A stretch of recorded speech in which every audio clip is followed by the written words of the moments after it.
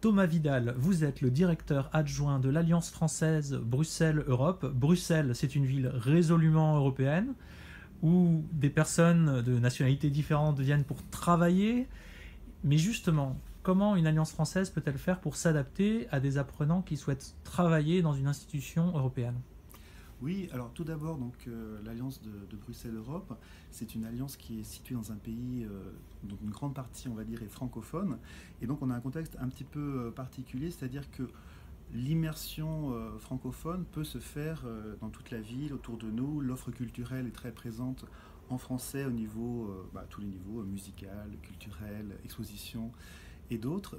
Mais donc nous, on a un public d'apprenants qui est très lié aux institutions européennes et à tout ce qui va graviter un petit peu autour de ça en termes de bureaux, de représentation diplomatique, de prise de décision. Enfin, il y a tout un niveau, un milieu un petit peu comme ça d'apprenants qui ont besoin du français pour travailler.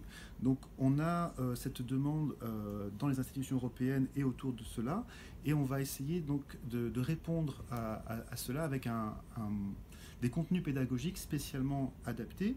Et on a pu développer par cette demande une expertise de français. Donc on a du français langue étrangère classique, on va dire, mais également ce qu'on pourrait appeler du français de langue des institutions. Parce que on peut dire qu'il y a du français des affaires, du FOSS, mais là c'est vraiment lié à des tâches spécifiques qui sont liées à la nature même des institutions, comme la Commission européenne, le Parlement et ce qu'on appelle les IOA, donc toutes ces institutions qui sont présentes à Bruxelles, mais aussi au Luxembourg. Et donc nous, par notre travail, on va essayer de répondre au mieux à cette structure particulière.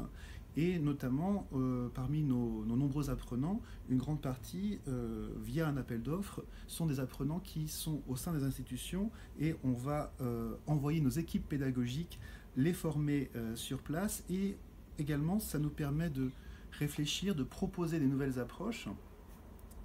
Par exemple, nous sommes très présents sur ce qu'on appelle, on va dire, le présentiel enrichi. Donc on va utiliser des plateformes de cours pour enrichir ce qui se passe pendant le cours avec des contenus spécifiques, accessibles en ligne, ce qui permet à l'apprenant d'avoir à la fois son cours dans l'institution, mais aussi de pouvoir se connecter en dehors des créneaux de son cours. Et pour cela, par le volume qu'on va avoir à traiter, on a pu faire appel à donc d'autres partenaires un peu du réseau FLE, on va dire, notamment par exemple on va intégrer l'outil Culture Tech, donc de l'Institut français, ainsi que différents savoir-faire, différentes expertises de différents partenaires du monde du FLE, et on va pouvoir proposer cela à ces personnes donc, qui travaillent au sein des institutions européennes ou autour, donc tout ce qui peut un peu graviter autour de cela, à la fois au sein d'un appel d'offres, mais aussi des gens qui vont venir à l'Alliance ici en présence pour se former. Alors, ce type de contenu pédagogique, on va le travailler sur du français un petit peu, du français du monde du travail, avec cette dimension un petit peu européenne.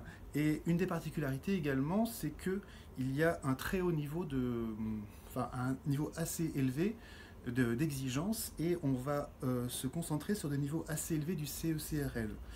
Par exemple, on est une alliance où les inscriptions au niveau B1 et B2 sont plus importantes que celles en A1, A2. Et également, on a beaucoup de C1 et de C2, ce qui est en général dans les alliances françaises un petit peu délaissé. On aura plus souvent du A1 et du A2. Nous, on a vraiment un spectre assez complet et très concentré sur les hauts niveaux, ce qui nous permet de réfléchir à des contenus spécifiques pour ces niveaux-là, qui intègrent le côté institutionnel un petit peu donc du monde du travail, mais également de perfectionnement, et ça va nous permettre d'essayer de renforcer et de perfectionner l'usage du français au sein des institutions de travail de la Commission européenne, la Commission, des institutions du Parlement, en essayant de faire que le français qui soit utilisé soit, entre guillemets, le meilleur possible.